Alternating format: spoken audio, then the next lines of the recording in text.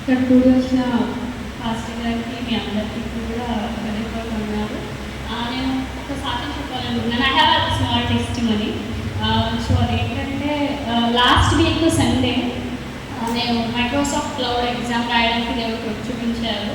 నేను DevOps project work చేస్తున్నాను అనమాట. I been working in DevOps project for a year. So I have to write a Microsoft Cloud exams. So I have to pass it in the exam to for the appraisal. It's like we'll be getting a hike for it.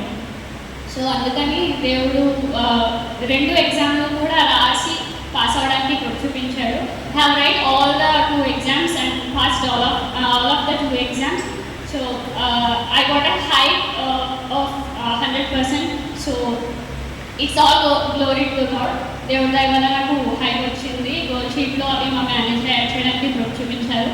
అంతేకాకుండా మా చెల్లి already graduated అనమాట. So తనకి మంచి job రావాలని మీ అనుదిన ప్రార్థనలో జ్ఞాపకం చేసుకోండి. So my sister has already graduated. She is doing a part time job now. And please pray for my sister to get a proper good job.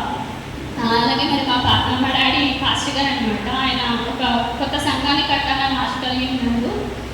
అడుగునే మీకు ఇవ్వబడిన దేవుడు అన్న రీతిగా ఆశగల ప్రాణాన్ని ఆయన తృప్తిపరిచేవాడు కాబట్టి దేవుడు మాకు ఒక సంఘాన్ని ఇచ్చాడన మీ అనుదిన ప్రార్థనలు కూడా జ్ఞాపకం చేసుకోండి. So my father is a pastor. God has told us, ask and it will be given unto you. So my father is asking for a new church to be built. So please remember him in your prayers. Thank you. చిన్న సాక్ష్యం దేవుడు దీవించిందాక. ఆమేన్.